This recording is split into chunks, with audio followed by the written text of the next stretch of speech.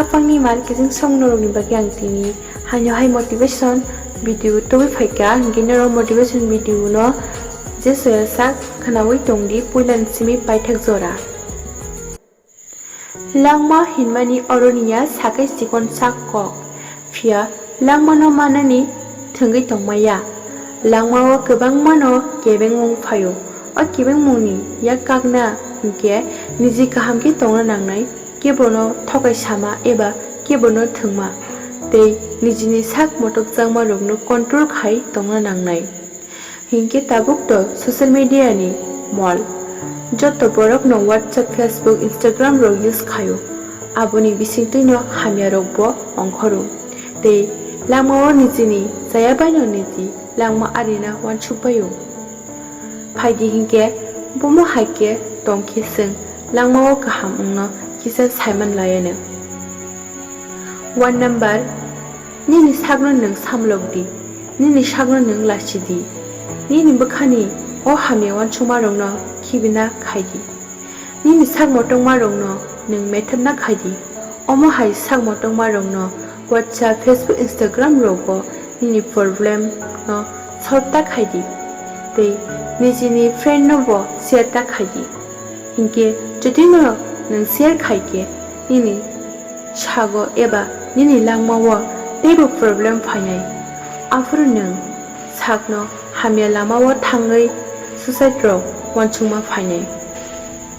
2 number buini bagai hakor khurke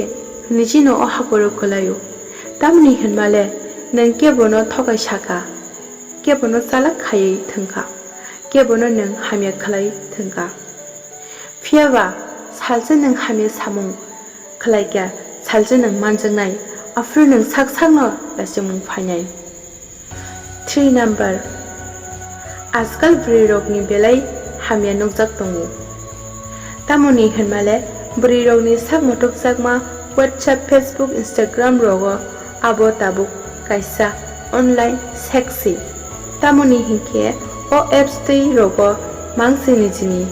sakni sex rongo solve khayo phiaba o apps rog norokni sex no share khanya bagiya amo kaisa ni jini je kunu mungsa problem kahamni bagise OF norok lasina khaisidi noroni sex no sagono tonidi kebono seta khaidi eba tabolaidi sakni bukur eba rirokno jikhagita phunukti abo kaista bolai mungse kalayo tei nini langmani jati bo thuyo burai khoroksa samung sitrak khlaike joto burai no hamya hinjago bosta kaishawa alu kaisha koshok hinke joto koshok hinjago abo hanyo buri rokbo hinjago wachuna khaidi abo rokno yakari lama kahambo himna khlaidi sini buri rokni mukhangno ta sokasidi nini family tei